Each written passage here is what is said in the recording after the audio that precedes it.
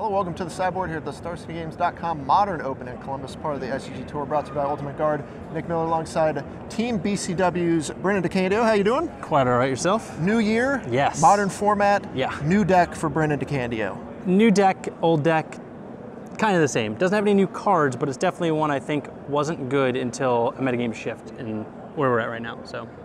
This is one of the few decks that I see on the edges of the format. Sure. You know, people have been playing around with the Nykthos strategy for a long time. Mm-hmm. What shifted in the metagame that actually made this deck playable? The big thing for me was that people are going up on the card from Rivals or from Ixalan, Field of Ruin. That was a big edge over Ghost Quarter people are playing now because it kind of keeps parity with lands. You can kind of use it as a spell, and that thing can't hit basic lands, which was a big boon when people were trying to fight big mana decks with Ghost Quarter, because this deck kind of suffered from that because Utopia Sprawl goes on a basic or goes on a forest, and if they blow that up, your kind of game plan falls apart. But since people are playing Field of Ruin over Ghost Quarter most of the time, it kind of gained this little bit of edge that you didn't have before, I think. All right, so this is what we're going to file under the big mana decks. You're not Sure. a Tron style strategy or a Scape Shift, but you're doing something else. You're playing Birds of Paradise, Arbor Elf, bunch of forests with Utopia Sprawl. Yep. Then you drop Nykthos and some, you know, what we call pips or whatever you want to say, force symbols in your cards, Right. and then you just try to do big unfair things. Yes, and those big unfair things usually include casting Primal Command and Genesis Wave, which... I feel like we're playing Commander here. You know, I've played these cards in my Commander deck before for sure, but no, here it's a bit more of the spike mentality. You kind of just Primal Command, put a land on top of their deck, shoot up an Eternal Witness, and just do it again for the rest of the game until eventually you have enough creatures in play, you get your one copy of Craterhoof Behemoth, just kill them with that.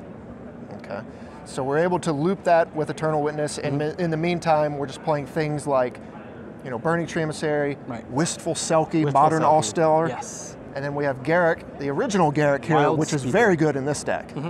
What all does it do here? The ideal draw for this deck includes an Arbor Elf, Utopia Sprawl, and a Garruk. Because with those, you can play your Arbor Elf on one, turn 2 play another land, and enchant the untapped forest with Utopia Sprawl, tapping it, untapping it for 4 mana, putting your Garruk to play on turn 2. And you can untap lands from there to play a 3-drop, which this deck has a plethora of, or to make a beast. And the turn after that, you can go nuts because you're making 7 mana, 8 mana the next turn. If you have a Nykthos, it's beyond that measurement, but sure. Definitely one of the big mana decks that plays a lot of basics, which is strange for most big mana decks, but kind of gives it a little edge somewhere. So when left alone, how good is this deck and how quickly can you win? Because there's a lot of matchups in the modern format. Sometimes you just have to be able to go faster than they can. The earliest this deck can win would probably be turn 3, with the ideal draw, like I decided with Arbor Elf, Sprawl, Garruk, and a Nykthos. On turn 3 you can generate, I think it's like 14 mana, casting a Genesis Wave for that much, or just starting your Primal Command loop right then and there on turn 3. On the play, I don't think many people are going to do much with 2 mana only, so. Sure. It's kind of what the deck's trying to do. It's got a couple other ways to win though. All right, take us through the ways that you win with this deck. So primarily, like I said, it was the Primal Command loop. Genesis Wave for a ton kind of does the same thing because you can flip into your Eternal Witnesses, more Garruks, more Nykthos, more mana. But there's also a singleton Primeval Titan, which you use to sometimes find Nykthos if you need to. But the other land you can get in this deck that has in it is Kessig Wolfrun, which also with a ton of mana does a ton of damage on any creature you have. So any random dork you've had, Burning Tree Emissary, Wistful Selkie, there's Courser of Krufix, Eternal Witness, all these things, just does a ton of damage that way. So you can either win by Craterhoofing them out, Primeval Titaning for Kessig Wolfrun, doing kind of like the, what was it, the Inkmoth Nexus kind of thing. There's no Inkmoth Nexus, but any creature will do. But aside from that, you kind of have just a bunch of value creatures, and sometimes the best way to win is just ultimating your Garruk Wildspeaker, overrunning them, you know? Sure.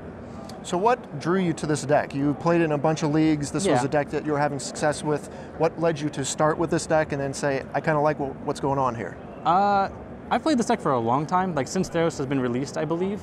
This was back when like Cedric Phillips was streaming a bunch. I think he tested it one time too online, Michael Jacob as well. But since then, I've always kind of had it in the back of my mind. I played it at some local events for fun, and it's always a deck I really want to be good, and I feel like it's just not at the right position in the format. I feel like we've finally come to that position where it is good, but I wanted to give it a try. We're doing a lot of Modern this year. I got to try some decks. All right.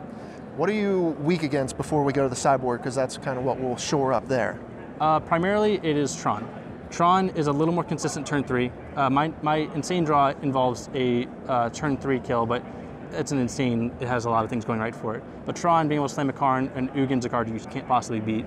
Definitely the harder matchup, and I tried even playing like 4 Crumble to Dust, but being 4 mana is just a little bit too much. So We changed it up a bit for the sideboard. All right, so the sideboard, we have 4 Blood Moon, which, Yes. in Modern, there's another green-red deck, like the Land Destruction Ponza deck yeah. that, has the Blood Moon option as well. You have them in the sideboard here. Right. I tried that deck for a bit too, and I found the only thing I liked about it was the Blood Moons. I didn't like the Stone Range, I didn't like the Asimosses. Sure, they were okay sometimes, but people are playing enough lands, they're playing a lot of Ponder, or not Ponder effects, but Ops, Serum Visions, Right. things. You can't really lock them out too much. But Blood Moon was fantastic, and Blood Moon is a card in this deck you can cast on turn 2, and just ice out some of the Tron decks. It does hurt you a little bit. You can't use your Nykthos. And if you have a Utopia Sprawl on a Stomping Ground, which you try and avoid doing, it falls off because it's no longer a forest. But there's only one Stomping Ground, it doesn't come up too often. But it's something you can play early on, and most people aren't expecting it out of this kind of deck because you are a big mana deck. Okay. Then with your other red splash here, you have Ancient Grudge dealing with things like Affinity, Lantern, stuff like that. Please no, please don't, just please don't. I don't want to, okay, go on. All right, Lantern, we'll move on. Then we have the rest of the creatures that you have in this deck. You have Scavenging Ooze, which is great against all the grindy decks and the graveyard decks. Graveyard decks, burn, other things like that. Just good overall card to interact with people's graveyard. Chameleon Colossus, we saw this pop up at the rise of Death Shadow. Still good there, I imagine. Yes, that's primarily what it's there for. It's just a card that is really, really hard for them to beat. They don't have many outs to it. You can Liliana of the Veil Edict them, but I have a lot of creatures in my deck. I don't think it's going to happen too much. You can't Anger the Gods it. That was a big thing, is that everything I tried playing in previous Collected Company decks died to Anger the Gods. Chameleon Colossus doesn't have that issue here. Ends the game really quickly, usually one shot against them. And with the ton of mana you can make it 16 power in one turn. Yeah. Tireless Tracker here. This is the value card of choice. We see this in all of the Collected Company decks, anything that's looking to grind out an advantage. I definitely pulled the ones out of the old Delirium deck and put them in the sideboard here. There's a couple of them there. I'm just like, I got to play with these once in a while. And you're right, it's just one of the best value creatures there is, even in Modern. Everyone's playing fetch lands, and the synergy between Tireless Tracker and fetch lands is something we didn't have in Standard. We had Evolving Wilds, but that wasn't truly the same thing as a fetch land. When you can crack that clue on turn 4 because you got 2 clues on that turn, it's just incredible.